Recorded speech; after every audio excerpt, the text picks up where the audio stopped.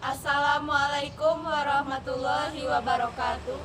We are from Group 1, 12 Science 2, Senior High School 1, Sungai Penuh, with Supervisor Teacher Hermin.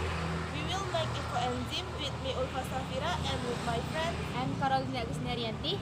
I'm Shafira Viana Khairunnisa. Happy watching! Enzymes are liquid that are produced from the fermentation of organic waste such as fruit and vegetable waste, plus brown sugar and water.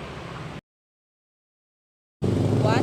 As a multi-purpose cleaning fluid. 2. As fertilizer of crops. 3. With yeast. 4. And can preserve the surrounding environment.